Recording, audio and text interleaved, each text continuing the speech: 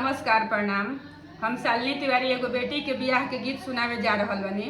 ओकरा के अच्छा से सुनब जा आ लाइक सब्सक्राइब जरूर करब जा। आगे रुरा लोग के का इच्छा बा वो बताई जा कमेंट करके। कौन गाना सुने के बा वो बताई जा। चांद सूरज ऐसन बेटी हो दुलर तीन बेटी सूरज के जोते जानी जाहू सूरज के जोते जानी जाहू सूरज के जोते चनार माछा पिता भइल गोरे बदन गोरे बदन कुमिलाई कही तू त बेटी हो तमुआत नैति करीति सूरुजवायलोत करीति सूरुजवायलोत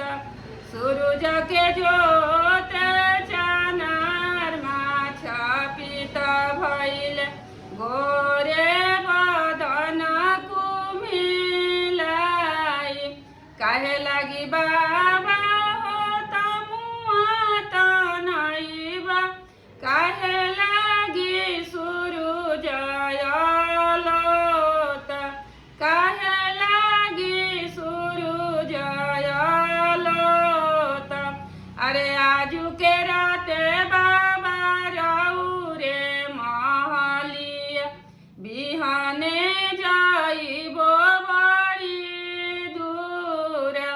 बिहाने जाइबो बड़ी दूर कटोरे कटोरे बेटी दूधवा पियवनी पुतवा से अधिका दुलार बेटवा से अधिका दुलार अरे दूधवो के नेकी नाही दिहलू ए बेटी लगलू सुंदर बर के साथ लगलू सुंदर बर के साथ कटोरे कटोरे बाबा दूधवा पियवनी पुतवा से अधिका दुलार